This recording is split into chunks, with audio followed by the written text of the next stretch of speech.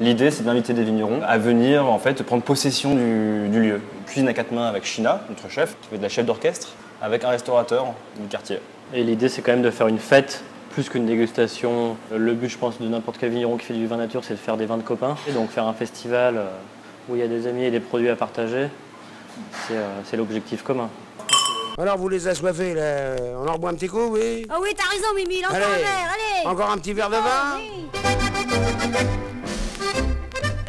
Je suis un vigneron heureux parce que pour l'instant l'année se passe bien et on a des beaux raisins et pourvu que ça aille au bout. Antoine, on s'est rencontrés sur le salon Bien Boire en Beaujolais et voilà, on a tout de suite accroché, c'est devenu un pote et voilà, il m'a parlé de son projet. Et puis voilà, ça me permet de venir voir les clients à Lyon et de passer un bon moment. Puis en plus, il y a un super chef qui est là, qui est Mélik de l'Ébauche, avec qui je travaille quand même depuis qu'il a ouvert. Je pars sur un élément en fait, je choisis, je dis n'importe quoi, du cochon, ou un légume, une courgette, et après je brode autour avec les produits de saison. Et généralement il y a 3-4 éléments maximum. Je pars pas plus que voilà, je fais pas plus que ça.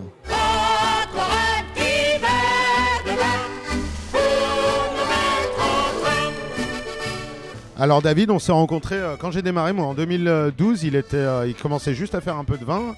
Et on a tout de suite accroché parce que c'est un super gars et qui a plein de convictions. Ouais, j'ai été créé pour ça, comme un Sayen dans DBZ. En gros, on est vigneron de père en fils depuis 1800 et des brouettes à la maison. Mon grand-père travaillait déjà à sa façon en bio. En fait, il méchait juste les fûts et c'est tout ce que voyait le vin en souffre en fait. Ce qui change complètement de ce que moi j'ai appris en BTS, de ce que mon père m'a appris, ce que lui avait appris.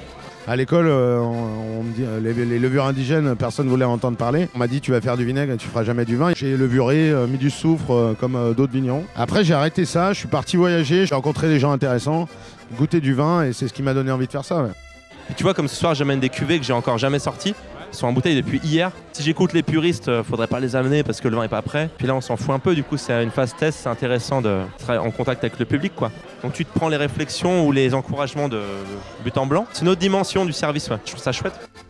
Par la force des choses, on retrouve le vrai goût des choses. Voilà. C'est comme avec les légumes, comme avec la viande. Mais c'est vrai que moi je bois que ça depuis des années et c'est le seul vin que je digère. L'autre j'ai un peu du mal maintenant, j'y arrive plus.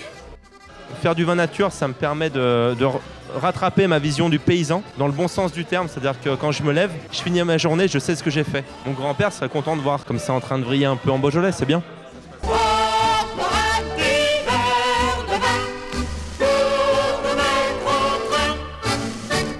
L'idée, c'est de se dire, allez, on boit un canon, pas juste on va se boire une mousse, un peu dans le même concept, allez, on va se boire une petite mousse pour se rafraîchir, bah non, allez, on boit un canon.